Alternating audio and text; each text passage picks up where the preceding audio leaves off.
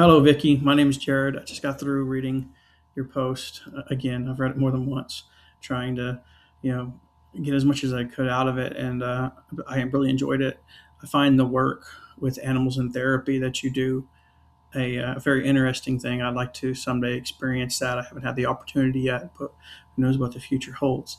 And so that you talked about person-centered therapy and Gestalt therapy, and how they are the ones that really reflect your point of view or your work, and how with Gestalt therapy it is the now part of it, and you get to see that between the interactions between the patient and the animals that they choose, and of course it's talked about in our textbook in TAN about how Gestalt therapy is about the here and the now and the I statements, and so it's a good example of that, and that made me think about how person-centered therapy in Corey 2024, um, they bring out that there's also a present, that being present that matters, and that's the therapist being present in the session, being present emotionally, being present intelligently, and so that you can interact great with the client in a genuine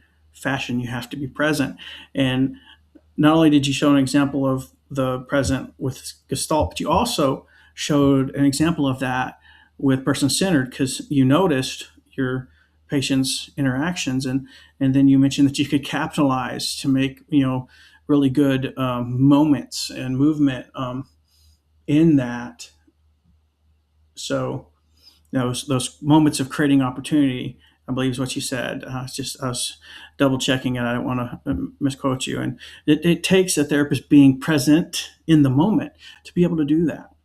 And but one of the things I really like about Gestalt, I haven't talked about that much um, in any of the discussion posts, is the fact that it is a holistic, therapy, and it's something that again Corey 2024 talks about, and treating the whole person, you know, thoughts, emotions, experiences, behaviors, and it's really, I think, unique in that it's not just treating a symptom, it's not just treating a person's cognitions or their issue, but it's the trying to treat the whole package and bringing the whole person into the therapy. I think that's a really makes a really good strength with Gestalt therapy, and it's something I've done some of the techniques, but I have not really got to dive into it because it's a little contrary to my personality, but it is one I'm really interested in.